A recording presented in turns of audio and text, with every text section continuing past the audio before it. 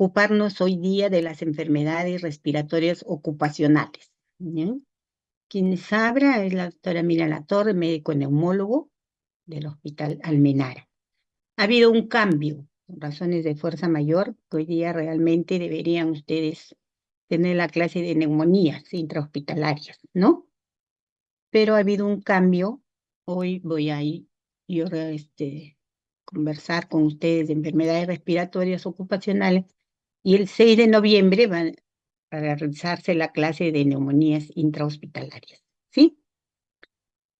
Bien, entonces vamos a empezar con el tema de enfermedades respiratorias ocupacionales, que es un tema que parece un poquito árido, pero en realidad es importante, ¿no? Es importante que ustedes conozcan cuáles son las enfermedades que se adquieren en el trabajo, ¿no? Entonces, aquí vamos a hacer una breve introducción. Se dice que el hombre ha estado siempre expuesto a sustancias capaces de causar enfermedad respiratoria, ¿no? Y ya desde hace mucho tiempo se conoce el riesgo que supone la exposición laboral, ¿no? En todo sentido. Por ejemplo, en una mina el trabajador está expuesto a la inhalación de partículas de polvo. En una fábrica textil, las partículas de la tela, del algodón. El que trabaja, por ejemplo, recolectando la basura también tiene riesgo en su trabajo. Y así sucesivamente hay un grupo de enfermedades ocupacionales, ¿no?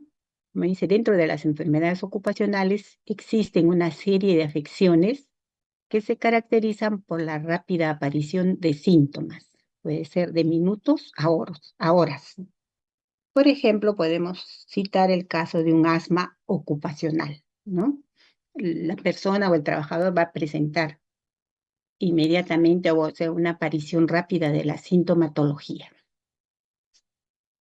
La Organización Mundial de la Salud define salud ocupacional como una actividad multidisciplinaria que está dirigida a promover y proteger la salud de los trabajadores mediante la prevención y el control de enfermedades, ¿no?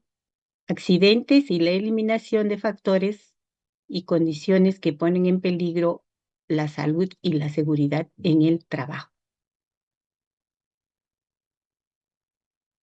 ¿Cómo se definen las enfermedades ocupacionales? Las vamos a definir como aquellas enfermedades en las que se ha establecido o se establece una relación causa-efecto entre los riesgos a los cuales están expuestos los trabajadores, ¿no? Enfermedad ocupacional es un estado patológico contraído a causa del trabajo o de estar expuesto a un medio en el cual se encuentra laborando, causado por agentes físicos, químicos o biológicos, ¿no? Y aquí tienen el ejemplo: un trabajador de la actividad minera sin protección se encuentra expuesto al polvo, al taladrar la piedra, se expone a múltiples y diminutas partículas que van a ingresar a los pulmones por la vía aérea y van a originar la enfermedad de la neumoconiosis en general o silicosis si estas partículas son de sílice. En cuanto a la etiología, tenemos el ambiente laboral, la exposición al tóxico, la vía inhalatoria por donde van a ingresar las partículas de toda índole y se van a depositar en el aparato respiratorio, causando la enfermedad ocupacional respectiva. En nuestro medio existen leyes que protegen al trabajador ahora. Antiguamente no había, era unos 10 años atrás tal vez. Los trabajadores, o sea, no se les exigía a los empleadores que brinden, por ejemplo, equipos de protección personal, los EPPs, a los trabajadores para que desarrollen su trabajo, ¿no? En las minas también trabajaban sin protección personal, sin protección del medio ambiente y, lógicamente, habiendo una relación causa-efecto, contraían la enfermedad ocupacional. Actualmente existe una ley que regula la seguridad y salud en el trabajo. Esta ley es la 29783, el Decreto Supremo 005 del 2012. ¿Ya? Tenemos un gran grupo de enfermedades ocupacionales que pueden resultar de la exposición ocupacional, ya sea exposición al polvo, a los vapores, al humo, agentes biológicos, agentes químicos. Entre las enfermedades ocupacionales más frecuentes se mencionan el asma ocupacional, bronquitis, bronquiolitis, neumonitis por hipersensibilidad, síndrome agudo por inhalación tóxica, neumoconiosis y tumores. Estas son algunas de las más frecuentes enfermedades profesionales. En cuanto a la epidemiología, podemos mencionar que la neumonitis por hipersensibilidad es más frecuente en varones que cursan la quinta década de la vida y hasta un 50% va a desarrollar anticuerpos a un antígeno específico y un 5 a 15% va a desarrollar la enfermedad. La silicosis que se encuentra dentro de la neumoconiosis probablemente es la enfermedad respiratoria más frecuente o más prevalente en los países subdesarrollados, es decir, entre nosotros, ¿no? Silicosis, la enfermedad de los mineros, aunque hay varios tipos. Es la más frecuente la silicosis. En Estados Unidos se estima que ocurren entre 3.600 a 7.300 casos anuales, ¿no? El asma ocupacional, también considerada una enfermedad de grupo laboral, se ha convertido en la neuropatía de origen laboral crónica más frecuente en los países del primer mundo, en los que se da aproximadamente el 15% de todos los casos de asma de inicio en la edad adulta. Y estas cifras se van incrementando en el ambiente laboral, produciendo 25 a 52% de los trabajadores asmáticos. O sea, en los países del primer mundo el asma ocupacional es muy frecuente.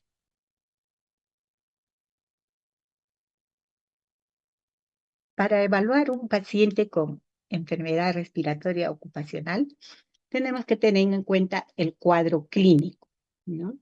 Pero se menciona que el cuadro clínico no difiere mucho de las otras enfermedades que no son ocupacionales. O sea, el cuadro clínico es parecido.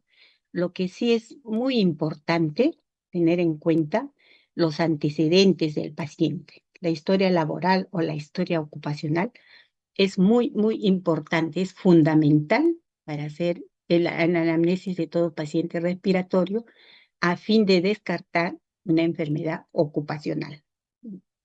Es importante conocer su trabajo actual, como las labores que haya desempeñado anteriormente, preguntando detalles de su labor que realizaba, por ejemplo, qué tiempo de exposición tiene, el uso de elementos de protección, o sea, los EPPs, ¿no? Equipos de protección personal, ya sean mascarillas, tapones para los oídos, ¿no?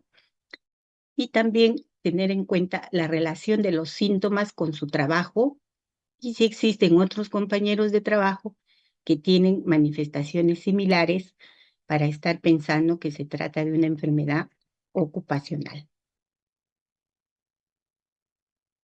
Lo que nos puede orientar, ¿no?, para determinar si son enfermedades ocupacionales, tenemos los síntomas que se producen o se empeoran en el trabajo.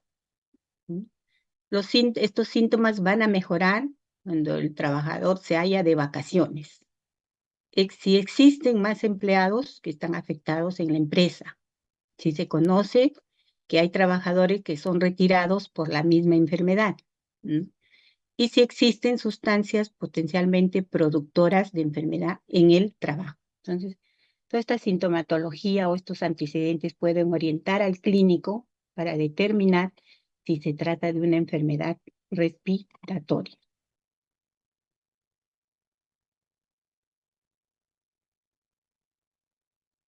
Aquí tenemos que para la Fundación Neumológica, las enfermedades recurrentes, ocupacionales recurrentes son, ya habíamos mencionado, el asma, el síndrome de disfunción reactiva de las vías aéreas, bronquitis, bronquiolitis por exposición, accidental o no, a sustancias químicas inorgánicas. Neumoconiosis por inhalación de polvo inorgánico, cáncer de pulmón, neumonitis por hipersensibilidad o asbestosis. Entonces, de todas ellas vamos a desarrollar neumoconiosis, que incluye un grupo de enfermedades ocupacionales, silicosis, asbestosis, berilosis, ¿no? Sí, la más frecuente, la más prevalente es silicosis, el asma ocupacional, tuberculosis también está considerado dentro de enfermedad ocupacional y últimamente el COVID también está considerado ya como enfermedad ocupacional. Entonces vamos a desarrollar en parte lo que son las neumoconiosis, ¿no? Es decir, ¿cómo se clasifican las neumoconiosis? Aquellas enfermedades por inhalación de polvos inorgánicos, es decir, minerales. Entre ellas tenemos silicosis, neumoconiosis del minero del carbón y enfermedades relacionadas con la exposición al asbesto, amiantosis o al amianto, ¿no? Otra clasificación incluye inhalación de gases irritantes, humos y sustancias tóxicas en general. El asma ocupacional profesional y enfermedades ocupacionales por inhalación de polvos orgánicos. Así como existen polvos inorgánicos, también hay enfermedades causadas por inhalación de polvos orgánicos. En este cuadrito podemos observar la silicosis, una enfermedad producida por el polvo de sílice, silicoantracosis, donde hay polvo de carbón y sílice, siderosis, aquella producida por el óxido de hierro. En la silicosis lo vemos en los trabajadores de minas, túneles, canteras, galerías, en el tallado y pulido de rocas silíceas, fabricación de carburo, vidrio, porcelana, otros productos cerámicos, fabricación y conservación de ladrillos a base de sílice, trabajos de desmolde y desbordado de las fundiciones, fabricación y conservación de abrasivos y de polvos detergentes, y donde se realiza trabajos con un chorro de arena y esmeril. En todos estos casos podemos ver silicosis. Silicoantracosis, como su nombre lo dice, trabajadores en las minas de carbón, ¿no?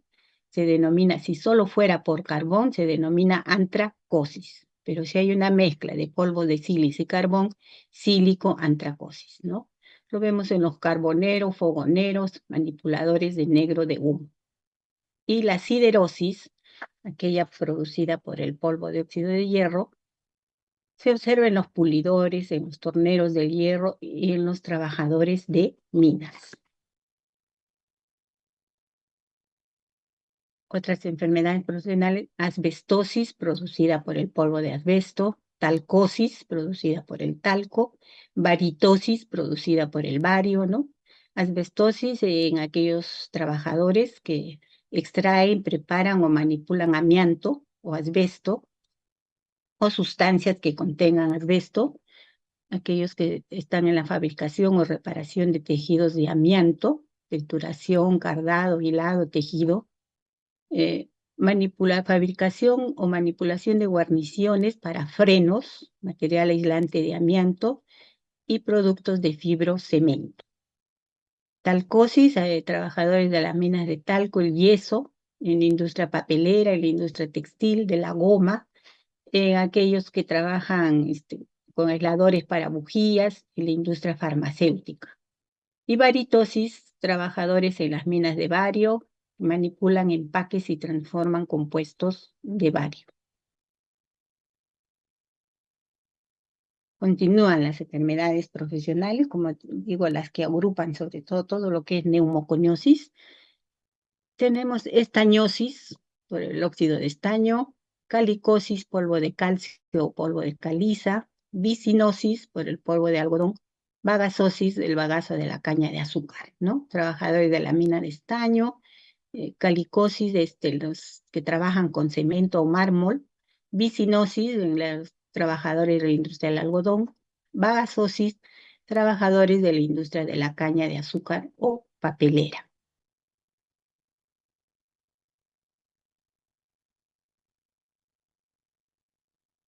Entonces, aquí resumiendo, hablamos de neumoconiosis en general, ¿no? Que viene a ser un conjunto de enfermedades producidas por la inhalación de polvos inorgánicos, ¿no? Estos residuos inorgánicos van a ir a los bronquios, a los ganglios o al parénquima pulmonar con o sin disfunción del aparato respiratorio. Dentro de las enfermedades más comunes de neumoconiosis tenemos silicosis, asbestiosis y el mesotelioma, que es producido por el amianto o el asbesto. Es un cáncer de pleura. Aquí tenemos en la patofisiología, ¿no? Las partículas son pequeñitas de 5 micras, se van a depositar a nivel de los bronquios, bronquiolos respiratorios, ¿no? Algunos llegan a los alvéolos y van a ser fagocitados, ¿no? Si existe un gran número de partículas, ¿no?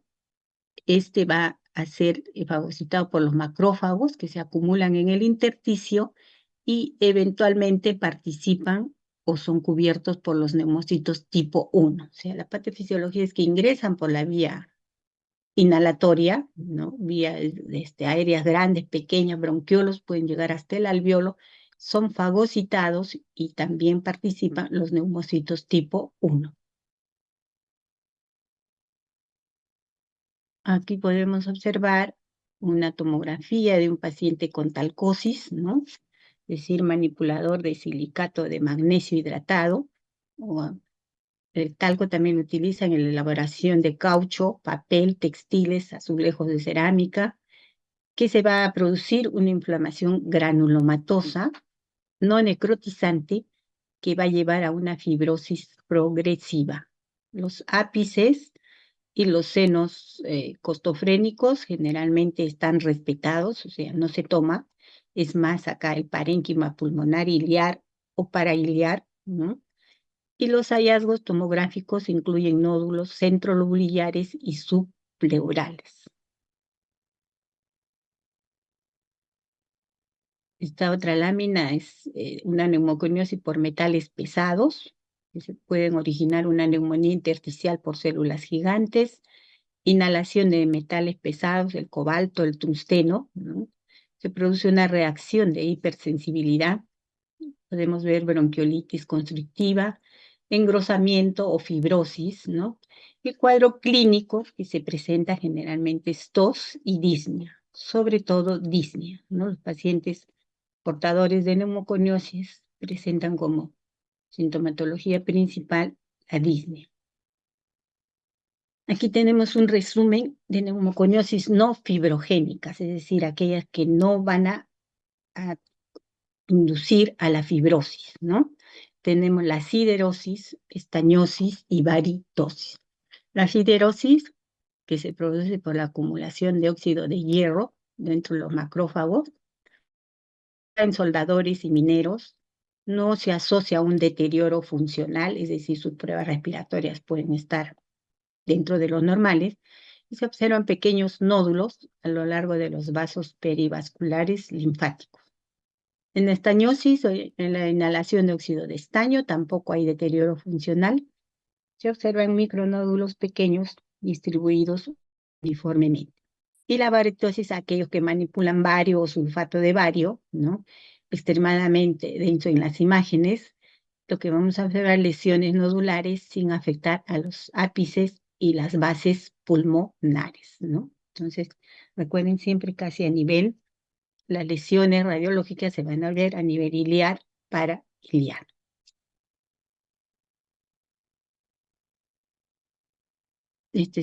Las imágenes de las neumoconiosis no fibrogénicas. Tenemos la siderosis, es un infiltrado o un moteado bilateral, ¿no? Casi en el parénquima pulmonar, iliar, parailiar, ¿no? Engrosamiento, aquí también a este nivel del ilio, ¿no? Esta otra imagen de la estañosis, las imágenes o las radiopacidades son más grandes, ¿no? Y en la varitosis también se van a producir microopacidades o radiopacidades, pero más pequeñas. Entonces a veces uno dice, ¿y cómo diferencio yo si estoy viendo una estañosis o una varitosis, ¿no? O siderosis, por el cuadro clínico. Ustedes saben que la impresión diagnóstica se realiza en base, primero, a una buena historia clínica, ¿no? Una buena historia clínica nos ayuda a hacer una impresión diagnóstica en el 60 a 70%. Tenemos una buena historia clínica, ya hemos avanzado en un 60 a 70% para tener nuestra impresión diagnóstica. Luego ello se va a corroborar con los exámenes de ayuda al diagnóstico, como su nombre le indica, ¿no? Analítica de sangre, imágenes. Entonces, si yo tengo un paciente que tiene antecedentes de trabajar con estaño y veo estas imágenes, lógicamente tengo que pensar, o mi primera impresión es una estañosis. De repente también trabaja con sílice, entonces pudiera ser un mixto, una sílico-estañosis. Por eso les decía que el antecedente laboral u ocupacional es muy, muy importante y es fundamental. Perdón, un momentito.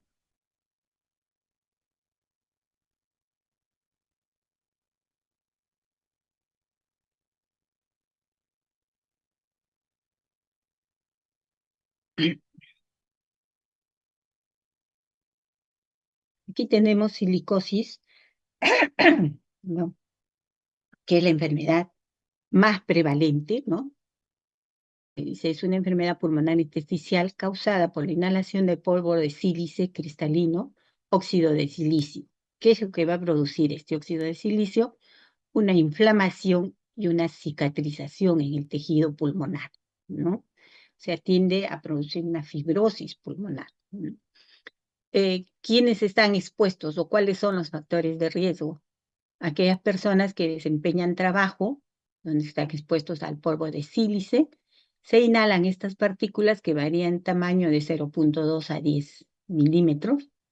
Aquellos que están en la fabricación de abrasivos, fabricación de vidrio, los que laboran en la minería, trabajo en canteras, construcción de carreteras y edificios, aquellos que trabajan con chorreado de arena o corte de piedra. Todos ellos pueden adquirir la silicosis. Aquí dice aquellos que realizan la construcción de carreteras, aquí tenemos, ¿no? Utilizan el cemento y otra serie de polvos inorgánicos y están expuestos a poder adquirir una enfermedad ocupacional.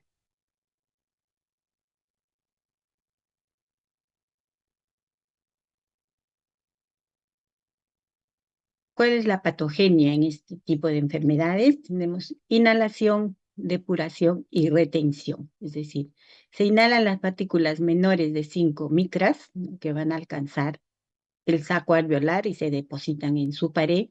En la depuración, el movimiento de la capa fluida que cubre la pared alveolar se produce una fagocitosis que arrastra por transporte mucociliar hacia la vía linfática.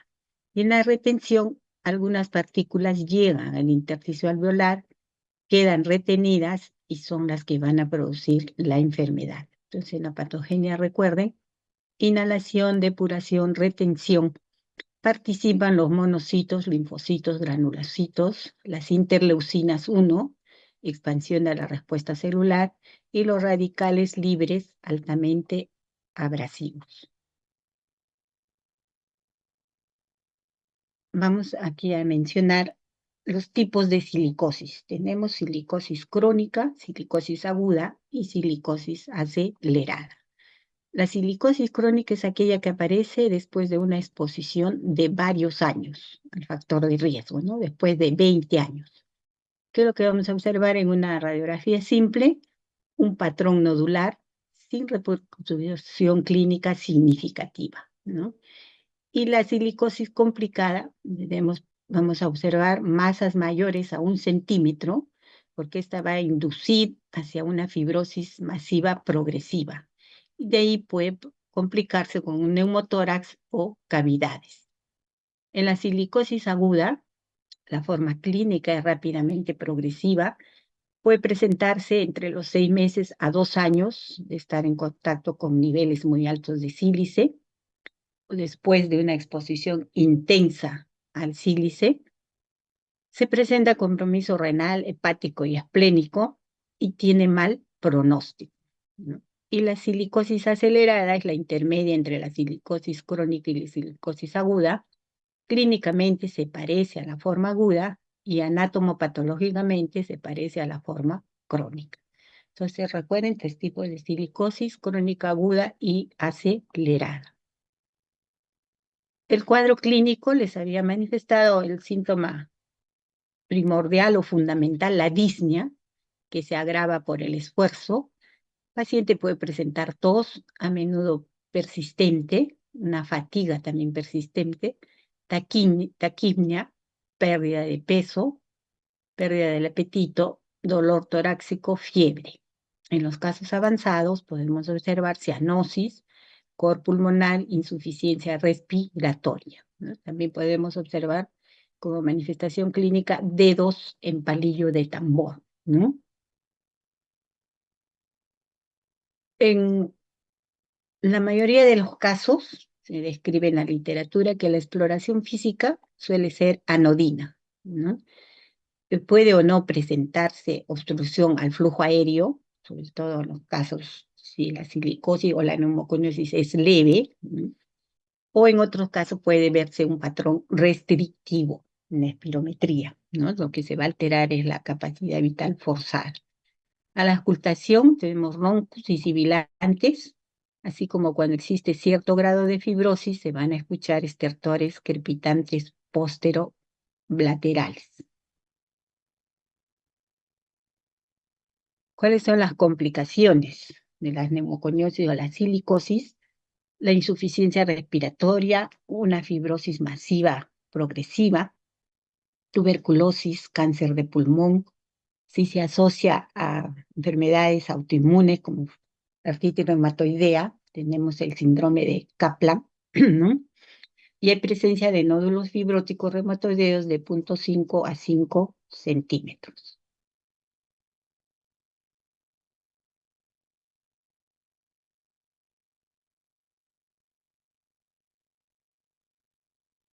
El diagnóstico básicamente se basa, como les vuelvo a repetir, en la historia clínica y dentro de ello en el antecedente ocupacional, ¿no?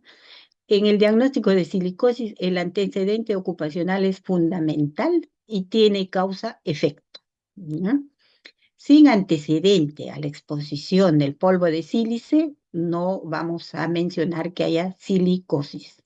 La historia ocupacional tiene que ser exhaustiva, es decir, profunda.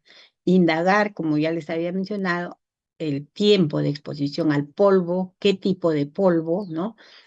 Si tenían protección ambiental o protección personal para el trabajador, es decir, los equipos de protección personal, los EPP. Indagar también por datos epidemiológicos en el centro laboral. Ustedes pueden observar acá una imagen, esta está más clara, ¿no?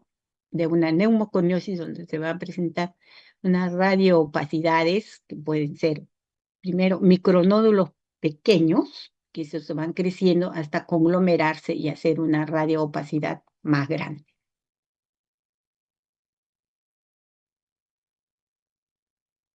El diagnóstico por imágenes para las neumoconiosis son de mucha ayuda las imágenes. Primero una radiografía simple, después, si ello no nos ayuda a ver mejor las radiopacidades, una tomografía, y en este caso el examen, la tomografía de elección en neumoconiosis es el TACAR, o sea, una tomografía computarizada de alta resolución. Ustedes van a escuchar decir, pídale un TACAR, ¿no?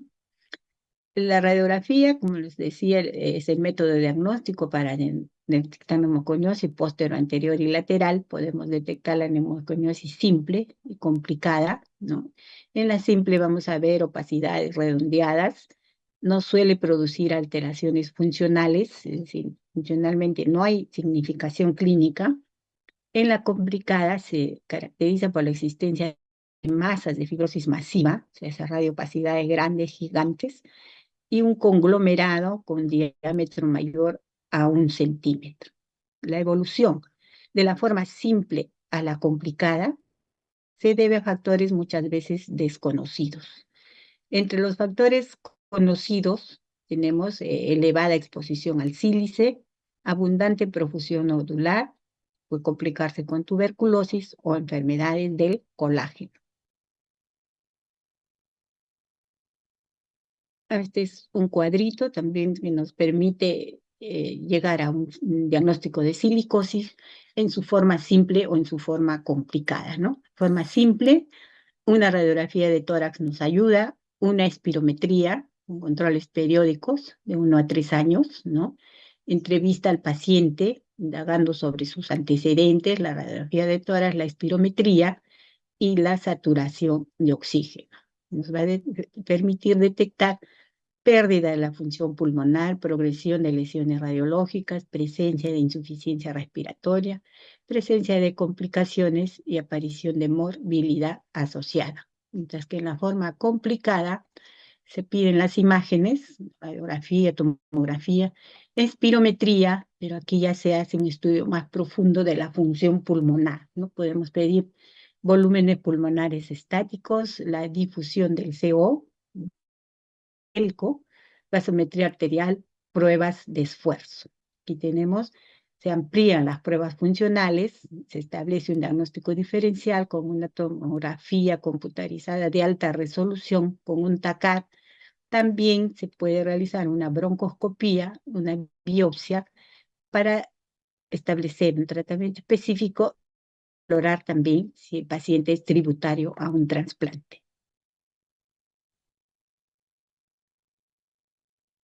Entre las pruebas para evaluar la función respiratoria tenemos la más simple o la más frecuente, la espirometría, luego tenemos el test de Delco y la pletismografía, ¿no? La espirometría va a evaluar el grado de deterioro funcional del pulmón que está causado por la enfermedad.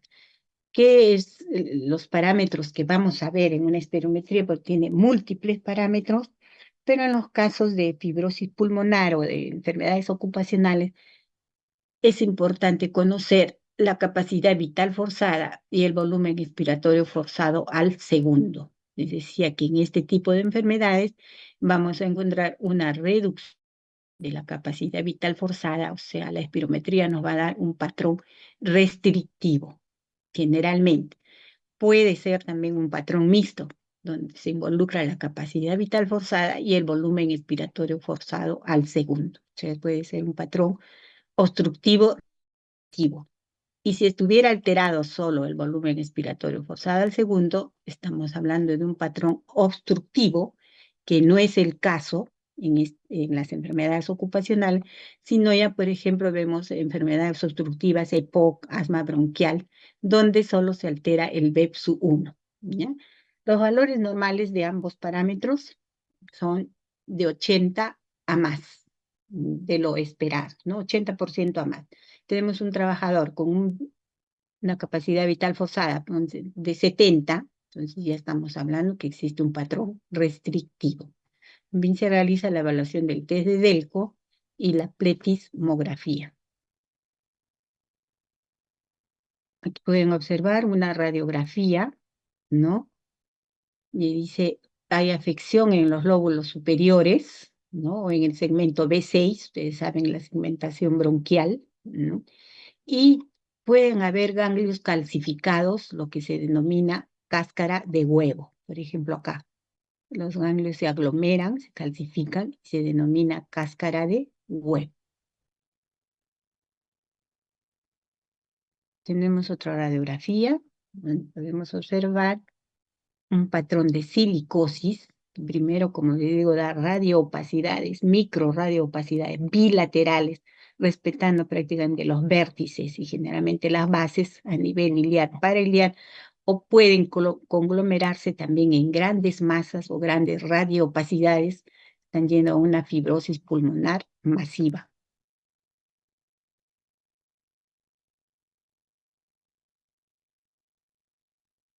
Este es un cuadrito, resumen prácticamente, ¿no? Donde vamos a observar el tipo de silicosis, el índice o el tiempo de exposición que tiene el paciente, la aparición, los síntomas iniciales que pueden presentar, las pruebas de función respiratoria, las radioopacidades que vamos a ver en la radiografía y la complicación. Por ejemplo, tenemos la neumoconiosis clásica, complicada, acelerada y aguda. La clásica, tiempo de exposición, pacientes trabajadores en socavón de 8 a 10 años, o en tajo abierto, como le llaman, 15 años, es de aparición lenta, síntomas iniciales, como dice, es asintomática o presentan una disnea mínima, ¿no? Mientras que las pruebas de función respiratoria y restricción u obstrucción leve, generalmente se va a observar restricción, ¿no? Y una leve disminución en el test de Delco o difusión del CO. Las radiopacidades que vamos a observar radiográficamente son pequeñas, de 0,5 a 0, de 0,5 a 5 milímetros, ¿no? Pocas o mediana cantidad. Y la complicación que presenta esta neumoconiosis clásica es de 20 a 30% va a derivarse en una silicosis complicada. Y el otro extremo, por ejemplo, tenemos la silicosis aguda, ¿no? Un tiempo de exposición de 6 a 2 años.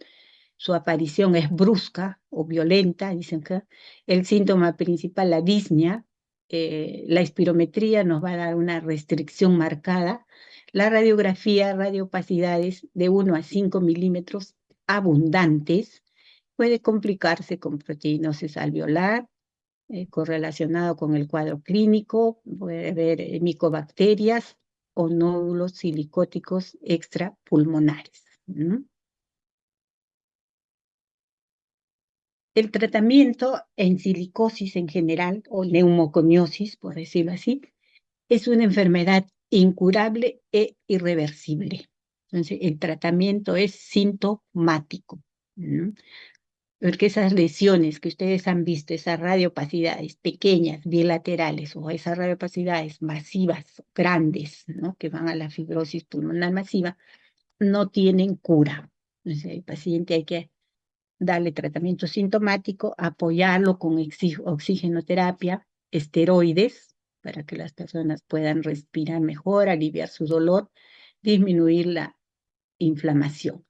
Pacientes con silicosis en estado muy avanzado, se plantea un trasplante de pulmón como una medida de prolongar sus vidas, ¿no? Pero para el trasplante de pulmón también existe un protocolo que generalmente es tributario de trasplante de pulmón un paciente hasta los 60 años. Más de los 60 años ya no lo consideran en el protocolo de trasplante, ¿no? Hay que realizar también las medidas de prevención, como es controles del ambiente, controles del aire en el lugar de trabajo, minimizar las exposiciones, controlando y evitando que las partículas floten en el aire, de ser posible eliminar el sílice, emplazándolo con materiales más seguros. Esto sería imposible en las minas, ¿no? Pero en las fábricas tal vez puede emplearse otro material. Proveer ropa protectora, respiradores a los trabajadores, o sea, EPPs, equipos de protección personal, ofrecer entrenamiento en prácticas de trabajo y uso adecuado del equipo protector, poner avisos para prevenir a los trabajadores sobre los peligros existentes, ¿no? Y también proveer o realizar exámenes médicos a todos los trabajadores expuestos a la sílice cristalina. Pero ahora, como le digo, con la ley de seguridad de salud en el trabajo, seguridad y salud en el trabajo, los controles médicos son obligatorios anualmente, no solo aquellos que están expuestos a sílice, sino ustedes van a ver en todos los sectores existe obligación de que los trabajadores tengan un control médico anual. La asbestosis, otro tipo de neumoconiosis o amiantosis producida por el asbesto, ¿no? Es el nombre que se le da a un grupo de 6 diferentes minerales que se van a encontrar en forma natural en el medio ambiente.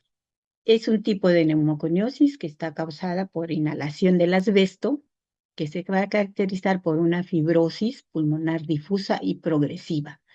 Quienes manipulan asbesto, aquellos que están en la fabricación de balatas, láminas, tinacos, textiles, guantes, impermeabilizantes, elaboración de las cubiertas para cables, en la industria refinadora del azúcar, en las cubiertas de caldera de miles de fábricas, en los aeropuertos, en los talleres de carpintería también van a utilizar asbesto, ¿no? Que se dice que hay 6 tipos de asbesto.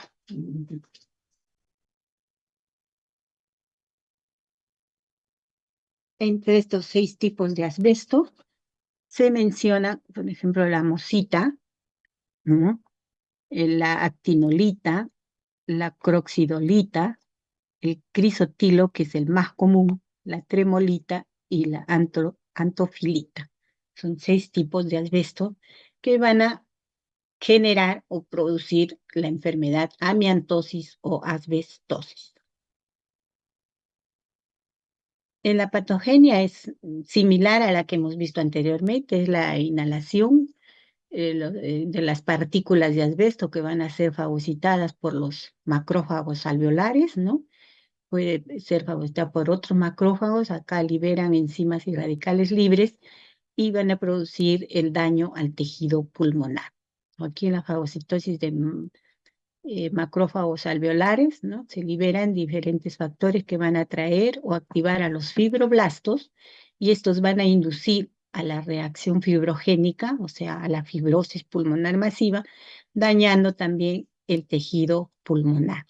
Y entre los factores que intervienen, tenemos que tener en cuenta las partículas de asbesto en cuanto a su intensidad, tipo, tiempo de exposición y también se consideran factores genéticos.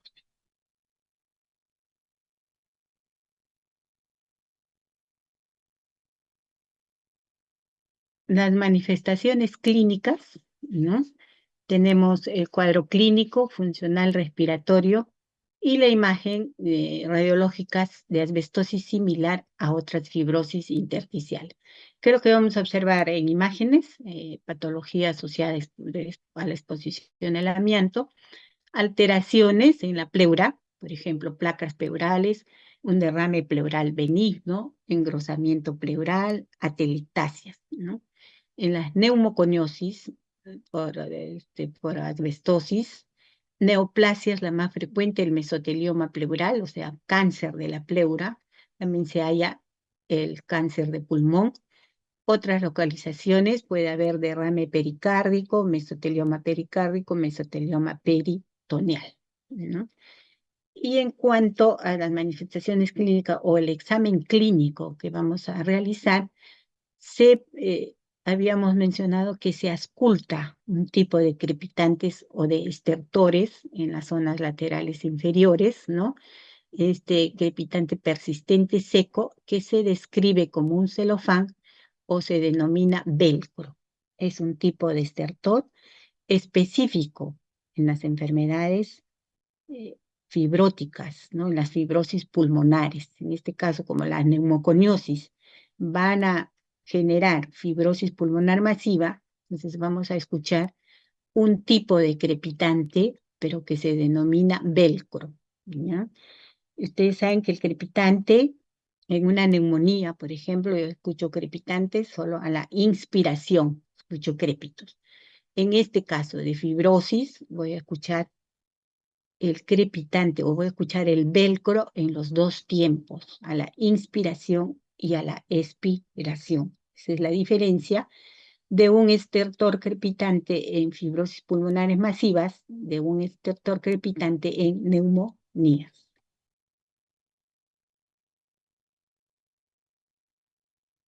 Signos y síntomas, recapitulando el cuadro clínico en neumoconiosis, tenemos tos seca, disnea progresiva, dolor torácico, dedos en palillo de tambor, un 32 a 42%, al examen físico la amplexación reducida y como complicaciones tenemos el cor pulmonar, hay cianosis, distensión venosa yugular, reflujo hepatoyugular y edema pedial.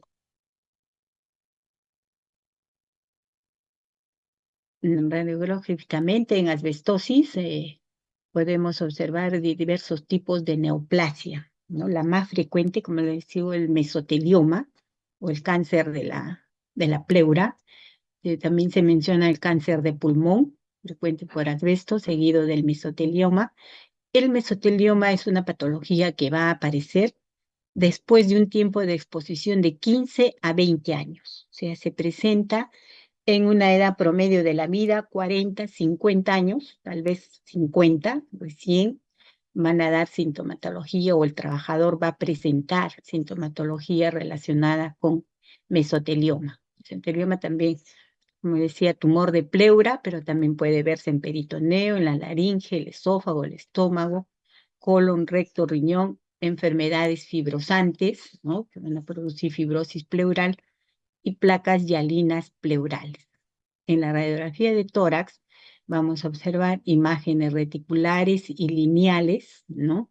En la base de los pulmones puede observarse cardiomegalia, en el índice cardiotorácico incrementado, y en ocasiones ligero engrosamiento pleural o fibrosis pleural difusa. Acá podemos observar esto blanquito que ven, es un engrosamiento de la pleura, ¿no? Aquí se observa mejor que en esta imagen.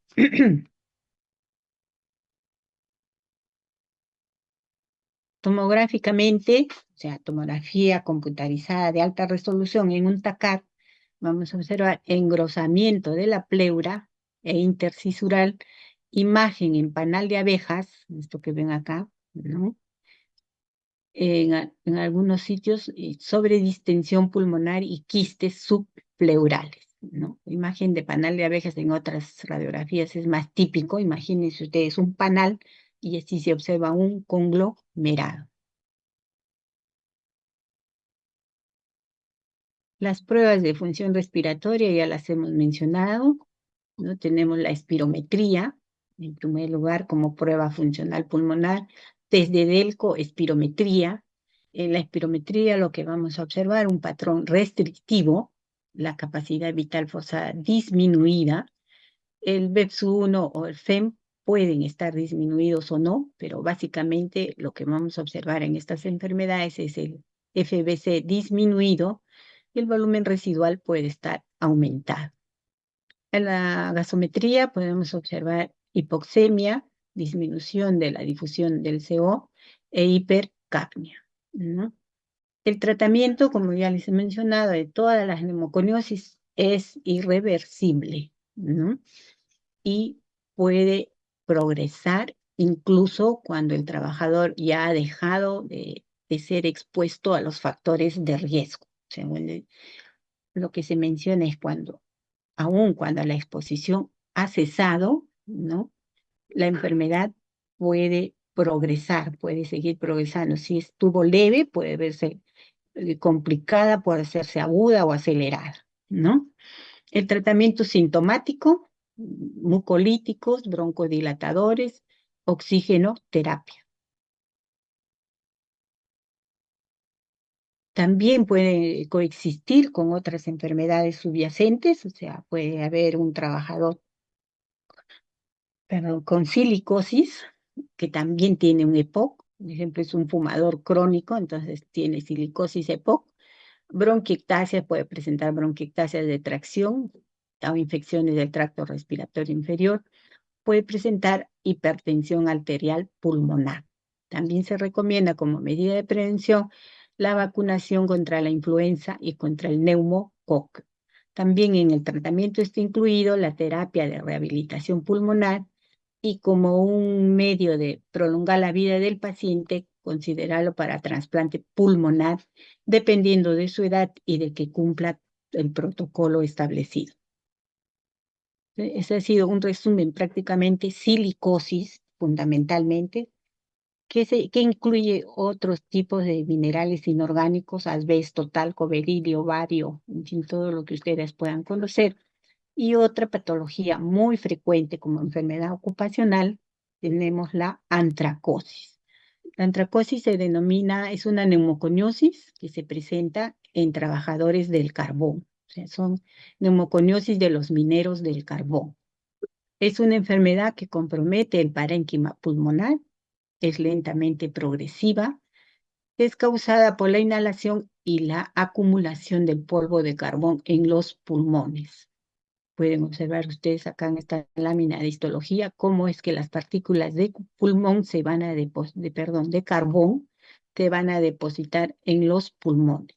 Es una enfermedad crónica inflamatoria donde varios factores ambientales y genéticos pueden influir en su fenotipo. Entonces, antracosis es la enfermedad de los mineros de carbón, o se denomina también pulmón negro. Así se pone el pulmón e histológicamente se observa así.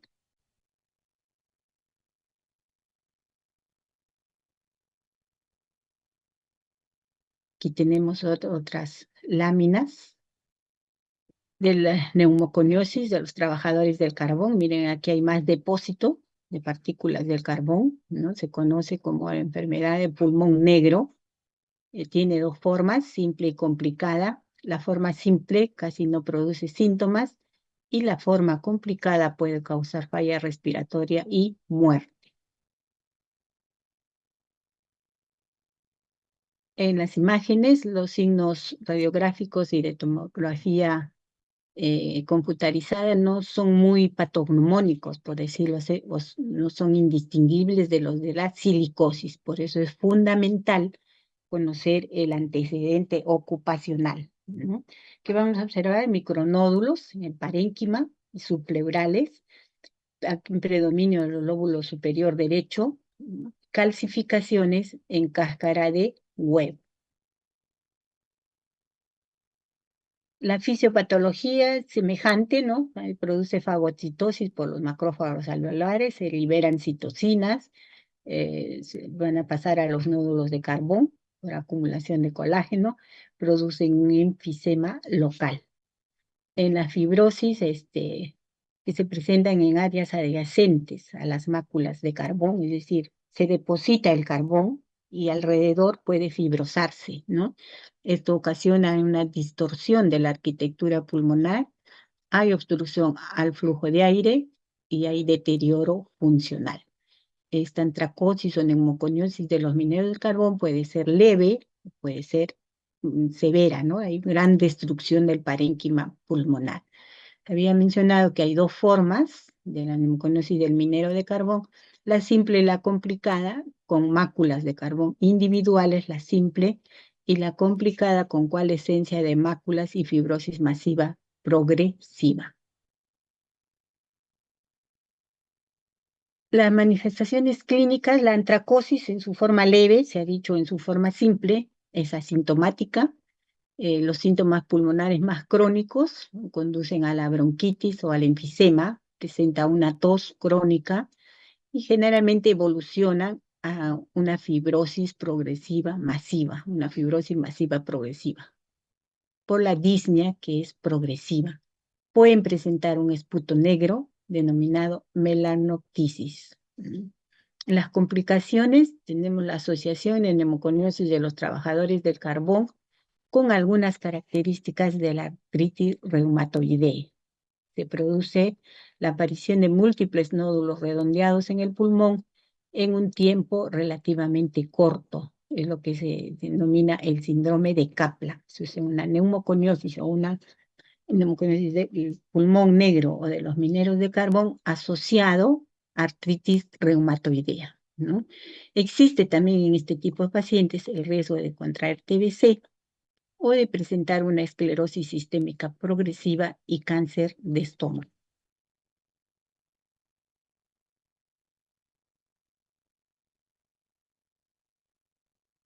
Entonces, un resumen de la antracosis o del pulmón negro o de la neumoconiosis de los mineros de carbón.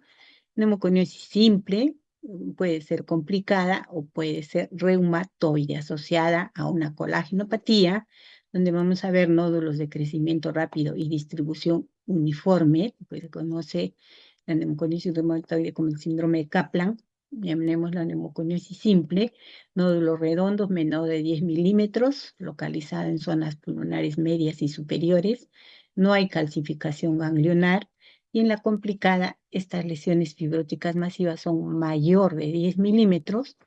Puede haber cavitaciones de lesiones grandes por necrosis y no por infección. O sea, puede cavitarse, ¿no? Y la otra, la neumoconiosis reumatoide. La radiografía, ya les había mencionado, es el gold estándar para el monitoreo y el diagnóstico de las neumoconiosis en general y el diagnóstico de neumoconiosis de los mineros del carbón, ¿no? Que vamos a observar en esta imagen lesión en los lóbulos superiores de aspecto nodular, ¿no? En este caso más en el lóbulo superior derecho podemos observar esta radioopacidad, ¿no? Y aquí esta imagen que histológicamente tiene esta traducción donde hay depósito de gránulos de color negruzco, que son las partículas de carbón de este paciente. Tiene una complicación con EPOC. En las imágenes que nosotros vamos a ver en neumoconiosis, pueden ser imágenes grandes, como una fibrosis pulmonar masiva, pueden ser, en este caso también pueden ser imágenes más pequeñas, pero que están clasificadas en imágenes de categoría A, B y C. Las de categoría A tienen un diámetro mayor a 1 centímetro o más, o menos de 5 centímetros, o muchas opacidades con diámetro mayor de 1 centímetro, cuya suma va a ser menor a 5. La categoría A. La B, vamos a ver una o más opacidades cuya suma de diámetros excede al de la categoría A, es decir, excede a 5, ¿no? Y la C, una o más opacidades cuya área excede al lóbulo superior derecho. En esta figura dice neumoconiosis complicada, radiografía de tórax con masa de fibrosis pulmonar masiva bilateral, categoría C, ¿no? Si ustedes acá sobre todo está excediendo el lóbulo superior derecho, este conglomerado de radiopacidades que a las finales van a producir unas imágenes grandes de fibrosis pulmonar masiva, ¿no? Dice, el margen lateral de estas masas está bien delimitado por la presencia de enfisema para cicatrizar, ¿no?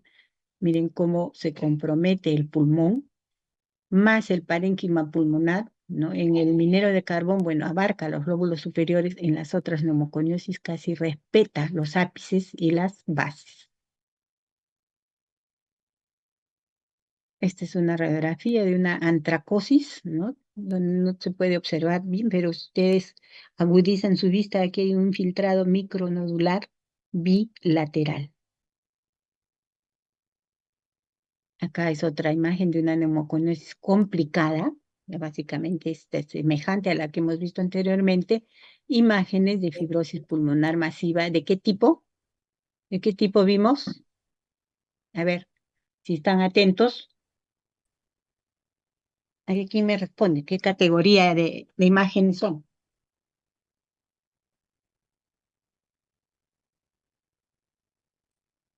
Doctora, ¿sería el tipo C? Imágenes de tipo C, muy bien. No sé quién me contestó, pero son imágenes de tipo de la categoría C, ¿no? Un conglomerado de imágenes en el se observa mejor, mayor compromiso en el hemitórax izquierdo. El tratamiento ya habíamos visto sintomáticos, es una enfermedad incurable e irreversible, ¿no? Sintomáticos, aparte oxigenoterapia, rehabilitación pulmonar, considerar el trasplante pulmonar, ¿no? En cuanto a prevención, eliminar la exposición o los factores de riesgo, también evitar el tabaco, evitar fumar, administración de vacunas, la antigripal y la antineumocócica, y equipos de protección pulmonar, ¿no? En este caso, mascarillas, en el caso de ruidos excesivos, tapones del oído, ropa, cascos, es decir, todo un set de lo que son equipos de protección personal. Verá, que viene.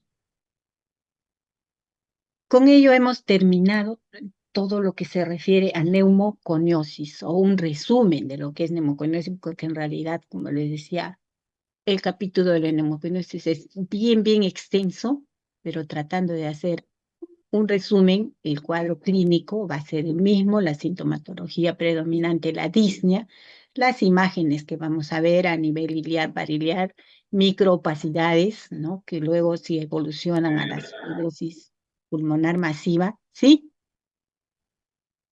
¿Alguien quiere hablar? ¿no?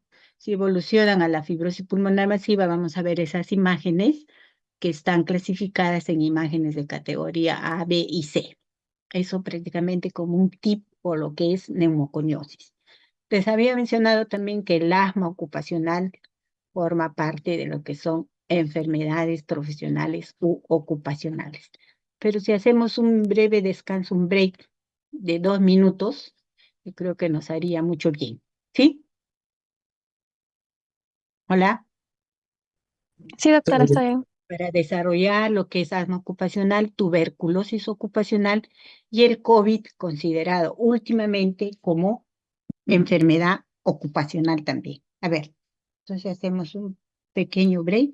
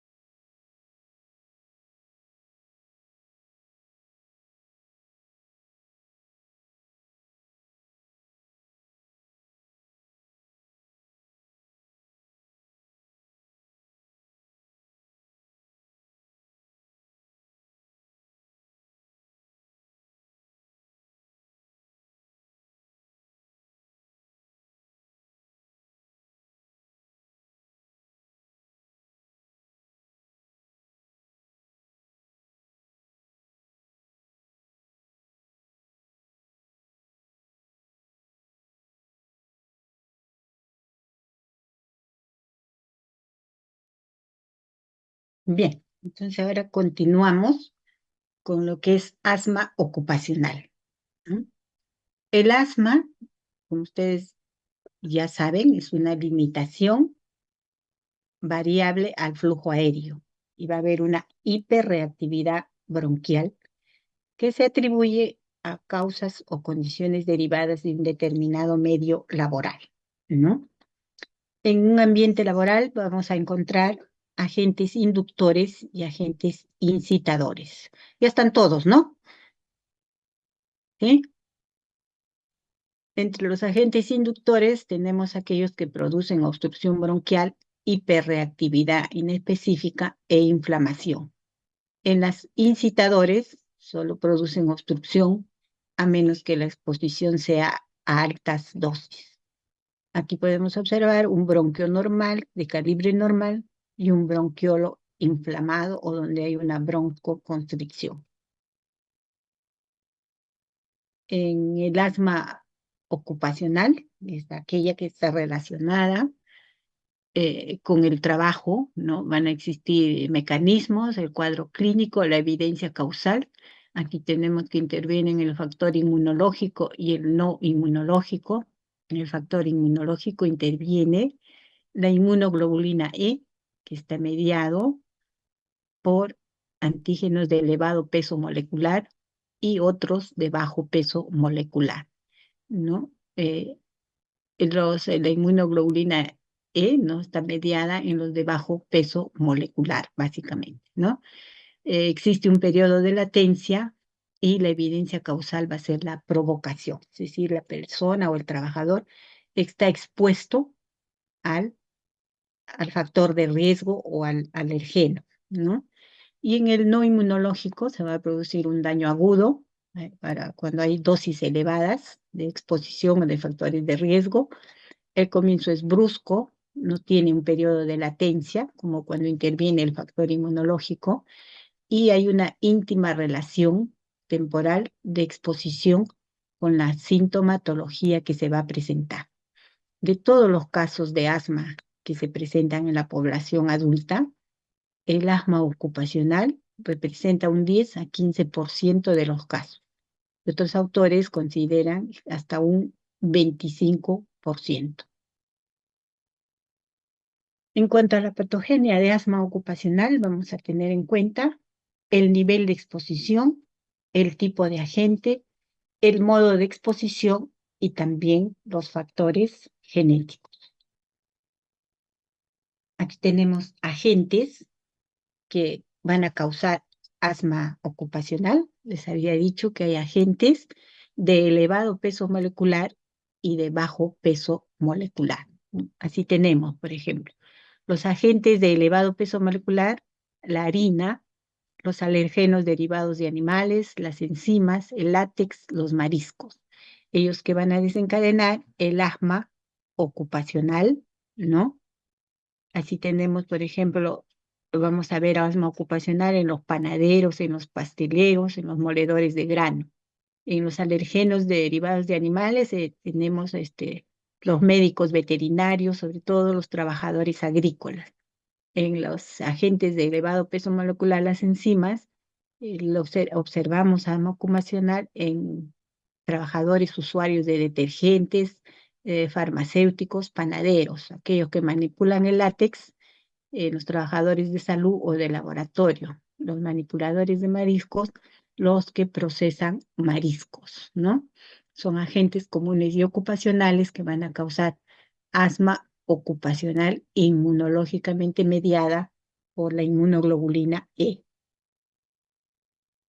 Y también tenemos otros agentes, ¿no? De bajo peso molecular que también van a ocasionar asma ocupacional, por ejemplo, aquellos que manipulan isocianatos, lo observamos en los pintores con aerosoles, ¿no? En los instaladores de aislamiento, en la fabricación de plásticos, de gomas, de espuma, aquellos que manipulan polvos de madera, los carpinteros, a los anhidridos, ¿no? Los plásticos, las resinas, las aminas, manipuladores de laca, los soldadores, los fundantes, a los trabajadores electrónicos, ¿no? Los colorantes, trabajadores textiles, el persulfato, por ejemplo, los peluqueros, medicamentos, ahí tenemos los farmacéuticos, los profesionales de salud, metales, los trabajadores en refinería de platino, refinería de plata, también trabajadores en la fundición de aluminio y los soldadores. Entonces recuerden ustedes que hay agentes que causan asma ocupacional de elevado peso molecular y de bajo peso molecular, ¿no? Ahí que podemos ver asma, aquellos que manipulan la harina, por ejemplo, los panaderos, manipulan la madera, los carpinteros, ¿no? Aquellos que trabajan en la fabricación de detergentes, limpiadores, desodorantes, todos ellos también pueden desarrollar un asma ocupacional, ¿no? Existen también otros agentes responsables de la hiperreactividad bronquial. Así tenemos, eh, entre otros agentes, el ácido acético, el ácido sulfúrico, el ácido hidroclórico, gases, el amoníaco, el cloro, el dióxido de azufre, la mostaza, el óxido de etileno, el fuego, humo, pinturas, pinturas en aerosol, los isocianatos y las pinturas de ácido calentado. Entre otros, la formalina, el removedor de metal, el óxido de calcio, el anhídrido tálico, la ciclopicrina, agentes limpiadores, sellantes de piso, el rocío de limpieza, agentes fumigantes. Estos también son considerados como responsables de producir una hiperreactividad bronquial. ¿no? En este cuadrito se trata de resumir lo que es la historia del asma ocupacional, ¿no? Si partimos acá a este nivel, el asma ocupacional, vamos a tener los pacientes, generalmente presentan rinitis, hay una etapa de sensibilización y hay un comienzo de la exposición. Se tienen en cuenta los factores genéticos, el tabaquismo y la atopía, ¿no? En la sensibilización, la concentración, la duración de la exposición, el tipo de agente, factores interrecurrentes, puede existir una infección vírica o contaminación, son los agentes de bajo peso molecular antes que los de alto peso molecular, ¿no? Y que en el asma ocupacional va a haber un grado de hiperreactividad específica.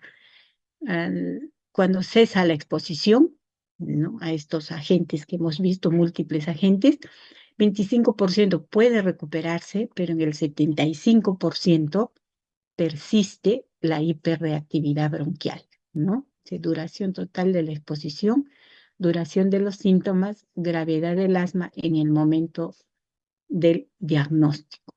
Al persistir el asma, el tratamiento va a ser semejante al del asma no ocupacional, ¿no?, en cuanto a tratamiento. Pero en este caso de asma ocupacional, lo que se recomienda es cambio de ambiente laboral para el trabajador, o sea, no debe persistir en el mismo medio, ¿no? Y aún cuando se le retira de ese medio, la hiperreactividad se menciona que persiste en un 75% y 25% de ellos se recupera. Tenemos el diagnóstico funcional, es decir, para ver el estudio funcional del trabajador. Como primer paso, demostrar si tiene o no obstrucción bronquial reversible o hiperreactividad bronquial. ¿Qué prueba le hacemos? Una prueba de espirometría con el test de broncodilatación o el test que dice postbroncodilatación, ¿no?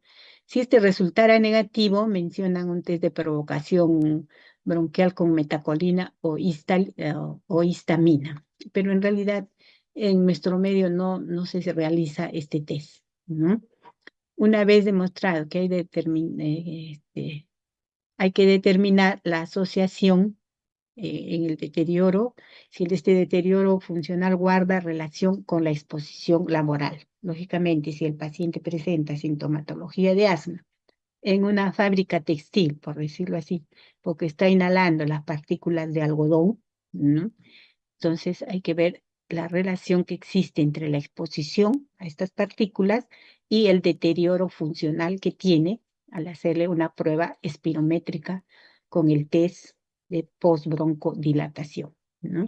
Otro método sencillo, como los trabajadores no pueden tener un espirómetro a la mano o no tienen disponibilidad de un espirómetro, es el método más sencillo, es el registro del peak flow o del volumen expiratorio forzado al segundo, más o menos 4 veces al día, durante 2 semanas trabajando y otras 2 fuera del trabajo. Es decir, se hace un cuadro comparativo del BES1, que se toma con el registro del peak flow o el volumen expiratorio forzado al segundo, 4 veces al día, 2 semanas en su trabajo y 2 semanas fuera del trabajo, ¿no? Y se realiza una comparación si ha habido deterioro o cambio en la funcionalidad, ¿no?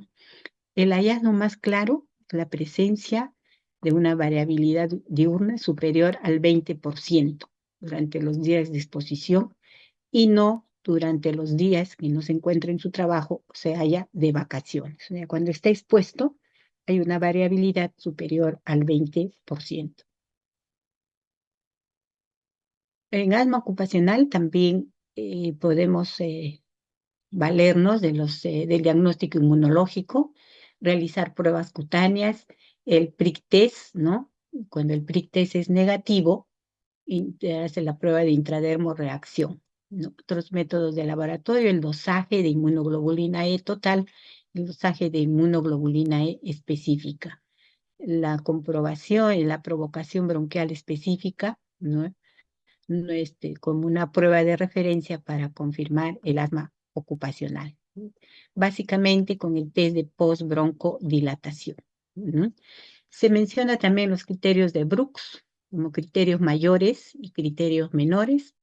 Los criterios mayores tienen en cuenta el diagnóstico de asma, el inicio de los síntomas después de entrar a su centro de trabajo y la asociación de los síntomas con el centro de trabajo como criterios mayores.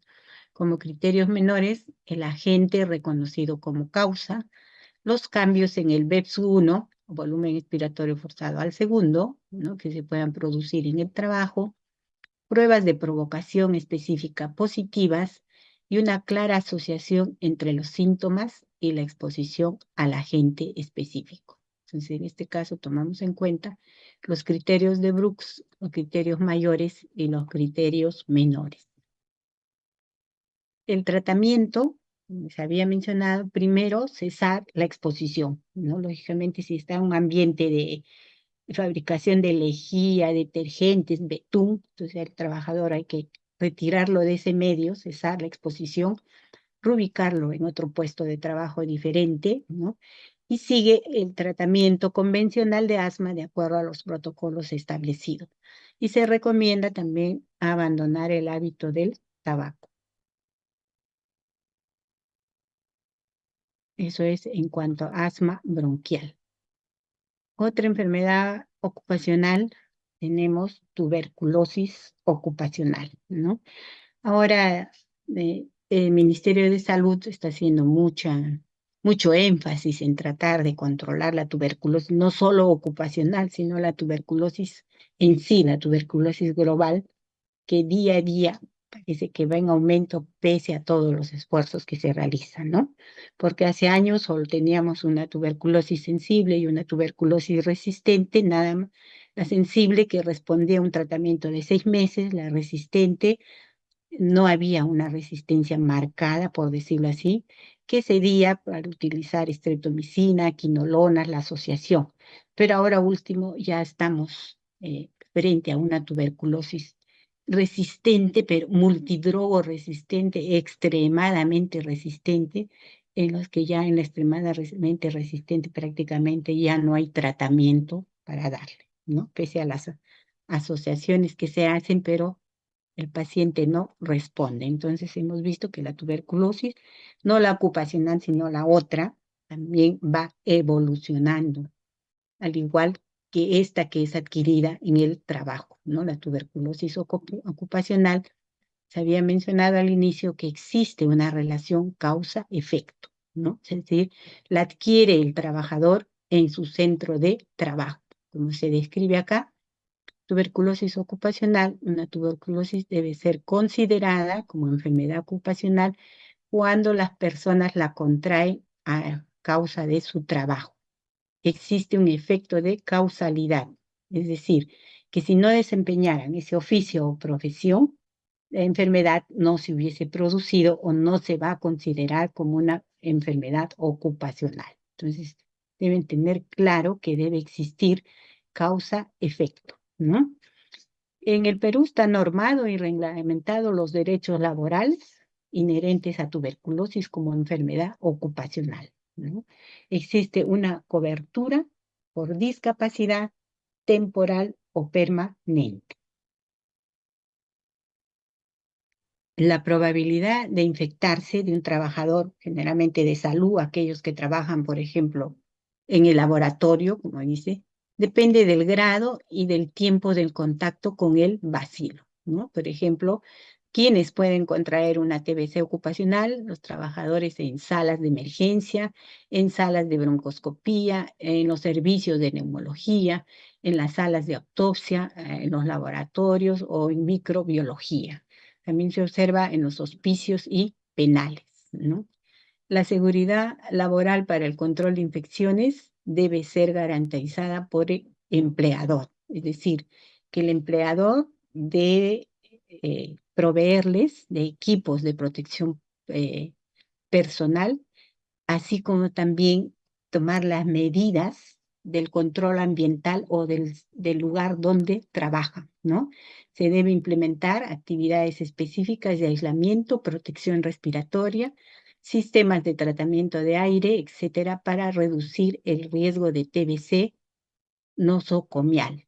Para ello se requiere decisión política, capacidad técnica y también financiamiento disponible. Ustedes pueden haber observado, por ejemplo, aquellos que van al hospital Hipólito Unanue, ¿están yendo al hospital de Hipólito Unanue en grupo a hacer prácticas? No. ¿Tienen como sede el Hipólito Unanue? No. O Sí, Bravo doctora. Chico, ¿sí? Ahí ustedes habrán podido observar las salas de tuberculosis, son salas con sistemas de tratamiento de aire, ¿no? O sea, está protegido el ambiente, hay un aislamiento de protección respiratoria. Otro hospital que tiene un sistema de tratamiento de aire, por ejemplo, es el Hospital 2 de Mayo. No todos los hospitales cuentan con esta protección ambiental, por llamarlo así, ¿no? En salud tenemos, por ejemplo, el Hospital Almenara, también tiene ambientes con sistema de tratamiento de aire, los que están rotando por ahí deben haber visto, y si no, mañana que van al hospital, se dirigen al fondo, ahí se encuentran las salas de aislamiento para pacientes solamente con diagnóstico de TBC, y cuenta solo con cada ambiente con 3 camas. Y van a ver ustedes cómo está implementado y eso debe permanecer herméticamente cerrado. Otro hospital de la Seguridad Social también parece que es el Hospital Sabogal, que tiene estos ambientes con sistema de tratamiento de aire, con la finalidad de reducir el riesgo de contraer la tuberculosis, ¿no? Pero ello depende del empleador, o sea, la seguridad debe ser garantizada por el empleador.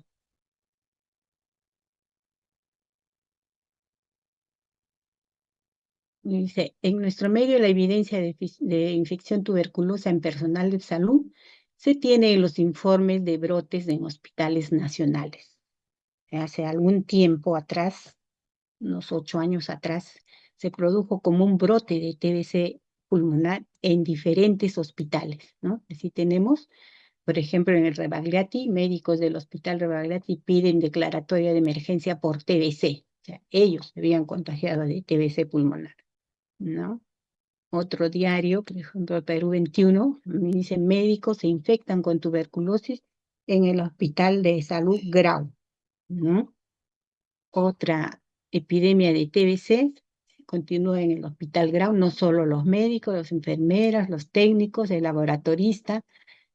eh, otro, otro artículo periodístico donde menciona que el Perú es el segundo país de América con más casos de TBC, que refiere ocupacional, ¿no? Otro artículo en el Hospital 2 de Mayo, también denuncian rebrote de tuberculosis en el Hospital 2 de Mayo, es decir, en los trabajadores de salud. Un momentito que la batería se está acabando.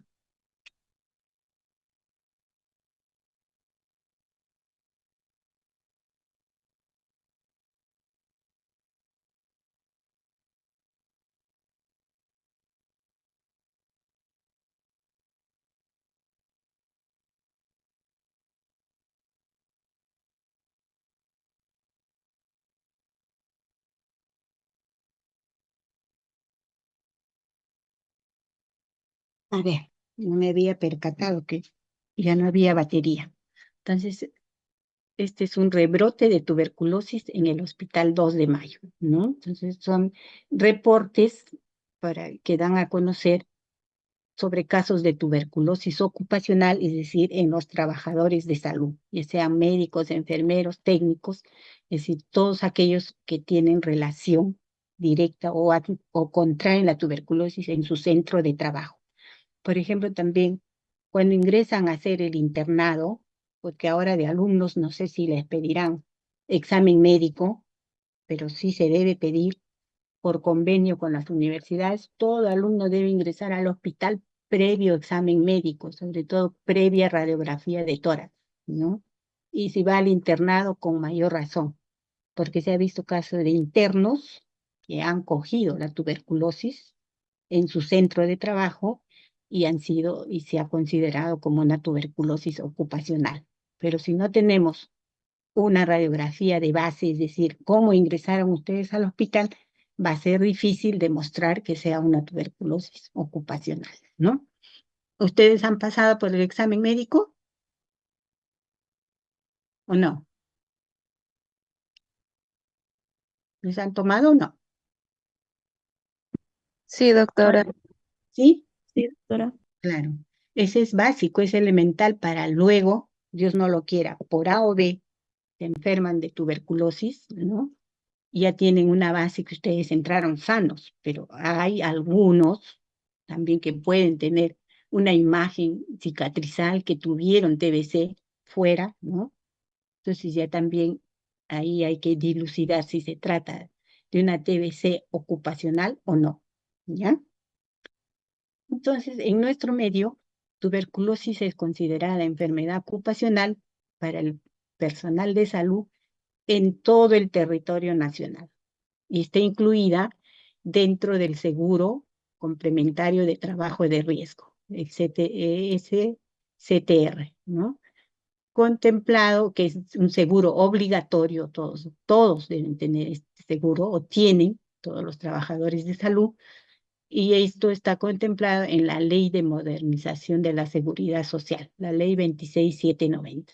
Es decir, lo que es enfermedades ocupacionales tiene que ver mucho con las leyes o la protección que van a brindar las leyes para ver la cobertura que va a tener y si tiene cobertura en los grados de invalidez que se va a determinar si es temporal, si es parcial o si es permanente, ¿no?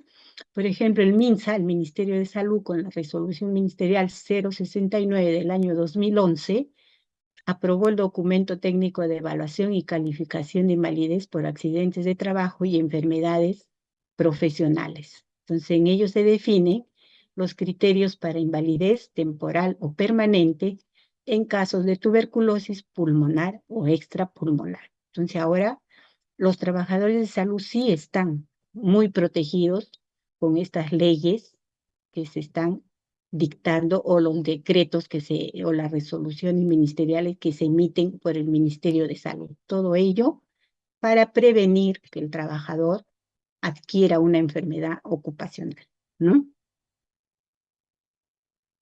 Es importante que en nuestro país tuberculosis haya sido declarada como enfermedad profesional porque brinda a los trabajadores su derecho a una cobertura de invalidez, ¿no? Y además sirve para determinar que se pongan en marcha medidas preventivas con el objeto de evitar la aparición de tuberculosis en el resto de trabajadores, ¿no? El hecho de que aparezca un trabajador con TBC, entonces debe poner en alerta a todos para tomar medidas preventivas para evitar que sigan apareciendo otros trabajadores contagiados por lo mismo, ¿no? MINSA ha elaborado el documento técnico que reglamenta la obligatoriedad, o sea, es obligatorio que el proveedor ofrezca las garantías necesarias, mejor dicho, ¿no? Ambientes con adecuada ventilación, medidas de prevención y vigilancia de tuberculosis en el lugar de trabajo, así como disminución del estigma y la protección del empleo en los trabajadores afectados por TBC. Hubieran visto antes, tal vez ustedes no han podido observar, pero hace años también un paciente o un trabajador con TBC era alejado, era ver como que tenía peste, ¿no? Nadie se juntaba con él, nadie hablaba, era un paciente aislado, tanto en su centro de trabajo como incluso en su mismo ambiente domiciliario. Entonces, se ha disminuido ya este estigma, ¿no? Uno se entera que tiene TBC, bueno, se protege, y este trabajador, después de haber recibido su tratamiento y toda la cobertura que le dan las leyes, se reincorpora a su centro de trabajo, ¿no? Tal vez no al mismo lugar donde trabajaba, sino es reubicado, pero están protegidos, ¿no? No es que pierden su trabajo porque adquirieron la enfermedad ocupacional, sea TBC, sea asma, sea neumoconiosis, ¿no? Todos están protegidos ahora por la ley. Y por último, les había mencionado que el COVID también está considerado ahora último, como una enfermedad profesional, ¿no? Para los trabajadores de salud. Ustedes saben que hemos vivido una pandemia muy difícil, con mucha mortalidad, en los años 19 y 20, ¿no? Se han muerto miles y miles de personas y también miles y miles de trabajadores de salud, incluidos médicos, enfermeras, tecnólogos, en fin. Entonces, a raíz de ello, se ha promulgado también una ley, ya les voy a decir el número al final, que considera al COVID como una enfermedad ocupacional o profesional. En cuanto al COVID, ustedes saben que los coronavirus son una extensa familia de virus que pueden causar enfermedades tanto en humanos como en animales, ¿no? En humanos, los coronavirus causan infecciones respiratorias que pueden ir desde un simple resfriado hasta enfermedades más graves, como el síndrome respiratorio del Oriente Medio, el MERS, o el síndrome respiratorio agudo severo. ¿Mm? El coronavirus, que se ha descubierto más recientemente, causa la enfermedad COVID-19 o enfermedad por coronavirus. El COVID-19 es una enfermedad infecciosa causada por un coronavirus descubierto recientemente, porque antes del 19 no hablábamos de COVID, ¿no? Ni sabíamos que existía el COVID, ni mucho menos está descrito en los libros de medicina, ¿no? Por ejemplo, en un libro de Harrison no vamos a encontrar qué es el COVID y cuál es el tratamiento del COVID. Fue a partir del año 19 donde dice nos pusimos en alerta, nos pusimos las antenas para ver cómo dar tratamiento a esta enfermedad que era poco conocida, ¿no? Dice, el virus, el coronavirus, este nuevo virus como la enfermedad que provoca eran desconocidas antes de que estallara el brote de Wuhan, en China, ¿no? Esto fue en diciembre del 2019.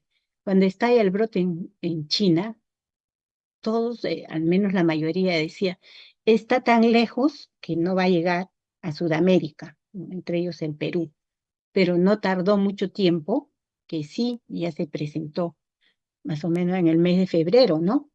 O, o marzo, que ya teníamos COVID en nuestro medio, ¿no?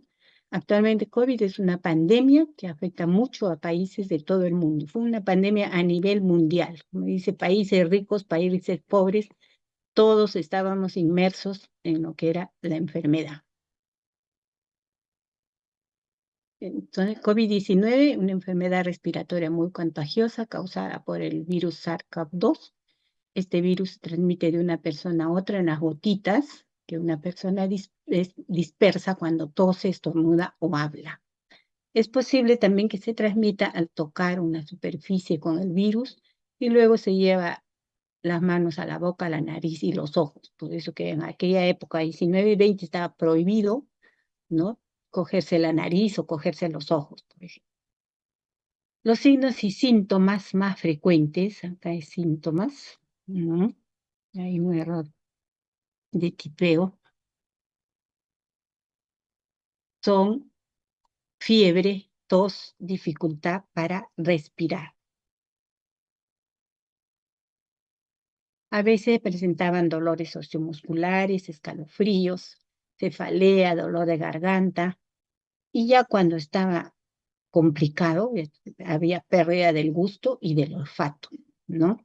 Los signos y síntomas aparecían entre los 2 a 14 días después de la exposición al SARS-CoV-2. Algunas personas eran asintomáticas, pero podían transmitir el virus, ¿no? La mayoría de personas podían recuperarse sin tratamiento especial. Sin embargo, algunas corren peligro de sufrir enfermedad más grave. Y quienes sufrían la enfermedad más grave eran aquellas personas que tenían comorbilidad asociada, es decir, adultos mayores, aquellos que tenían infecciones cardiovasculares, infecciones pulmonares, aquellos que tenían diabetes, enfermedades oncológicas o inmunosupresión. En ellos realmente el COVID fue más agresivo y fue más mortal.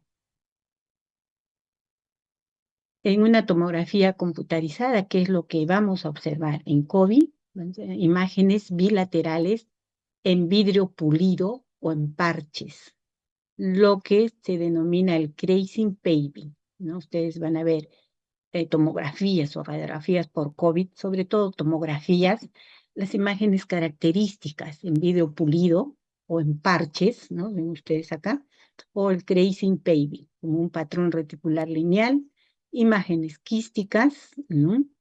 imágenes nodulares de 3 a 10 milímetros de diámetro y bulas de enfisema pulmonar. Miren ustedes, un pulmón, imagínense un pulmón sano a cómo terminaba cuando se adquiría el COVID. Aquí también tenemos otra radiografía que muestra una imagen de vidrio pulido, imágenes quísticas bilaterales y bronquiectasias de tracción. Fue muy agresivo, por decirlo, y como les digo, no estaba escrito en ningún libro qué era la enfermedad COVID, cuál era el manejo o el tratamiento del COVID, ¿no?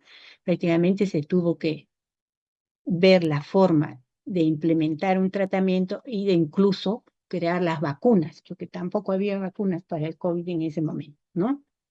Hasta el momento, dice, no se ha demostrado un medicamento efectivo para el COVID. Se planteaba el uso de antibióticos, la hidroxicloroquina, la cloroquina, la FDA ha revocado su uso al evaluar que ambas drogas no tienen efectividad en el COVID-19. No se recomendaba asociación con acitromicina por su toxicidad, pero fue también uno de los antibióticos que más se usó. No se recomendaba el uso del opinavir, ritonavir u otros inhibidores de proteasa porque no tenían farmacodinámica favorable y hay datos negativos en los ensayos clínicos. No se recomienda la administración de antivirales en pacientes ambulatorios.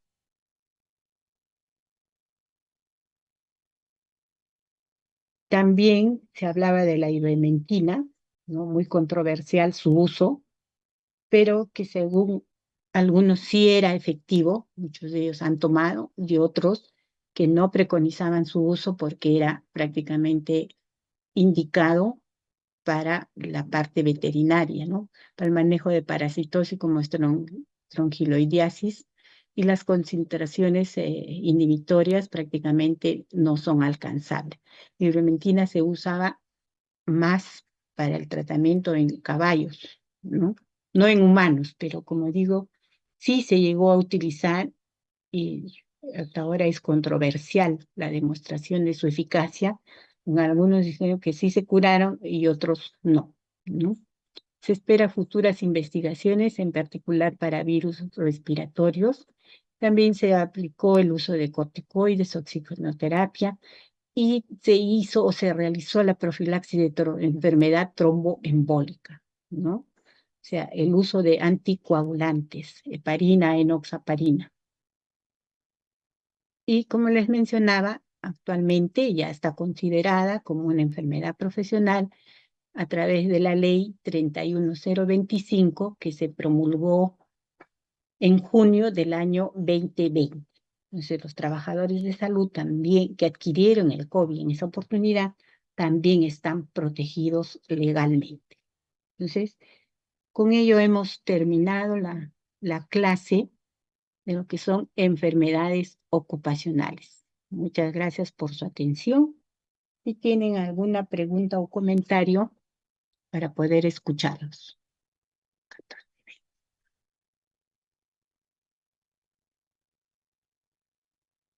Está claro, doctora. Muchas gracias. Todo claro. Bien. Entonces, tengan ustedes buenas tardes y nuevamente muchas gracias. Permiso. Muchas Gracias. gracias, doctora. Doctora.